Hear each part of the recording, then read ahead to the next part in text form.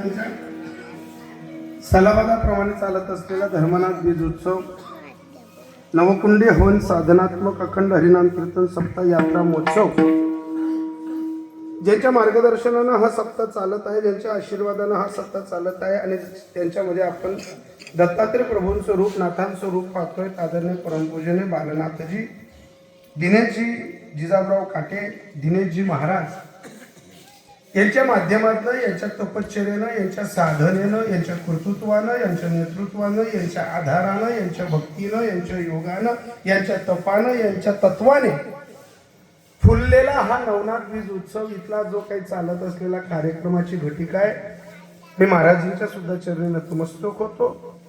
त्याचबरोबर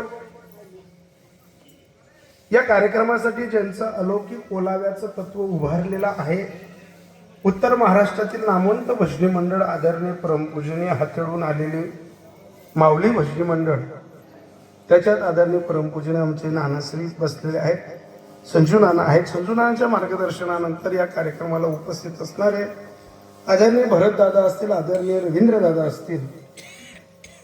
एवढ्या थंडीच्या कडाक्यात तुम्ही सर्वजण येतात. आदरणीय परमपूजनीय जिभू असतील, सर्व मंडळी तुम्ही हे कार्य आपलं म्हणून पार पाडत असताना मृदुंगमणी आदरणीय आमचे लहान गुरुबंधू दीपक दादा असतील, ही सर्व मंडळी एवढ्या लांबून प्रवास करत येत असताना यांचे सुद्धा आभार मानत असताना, भविष्यातले येणारे कीर्तनकार, उद्याची पिढी देवदेश धर्म टिकवण्याचं कार्य ज्यांच्या आशीर्वादाने पेलवलं जात आहे, आदरणीय परमपूज्य आमचे नाना महाराज धरणगावहून आलेले आहेत आणि नाना महाराजांच्या मार्गदर्शनाने येणाऱ्या काळातली कीर्तनकार, गायक, वादक मंडळी, तरणे बाल मित्र सर्व इथं उपस्थित आहेत. मी त्यांचे सुद्धा आभार मानत असताना, विनेकरी बाबा आहेत, चोपदार बाबा आहेत, त्यांचे सुद्धा आभार मानतो. हार्मोनियम वाले बाबा खूप गोड हार्मोनियम असतात, मी तुमचे सुद्धा आभार व्यक्त मानतो.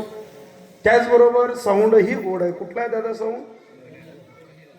कन्हेराचा आहे. वा, कन्हेरेकर साऊंड अतिशय चांगला आहे. एवढ्या कलात्मक वातावरणात तुम्ही साऊंडची पकड चांगली धरून बसलाय, मी तुमचे सुद्धा आभार मानतो.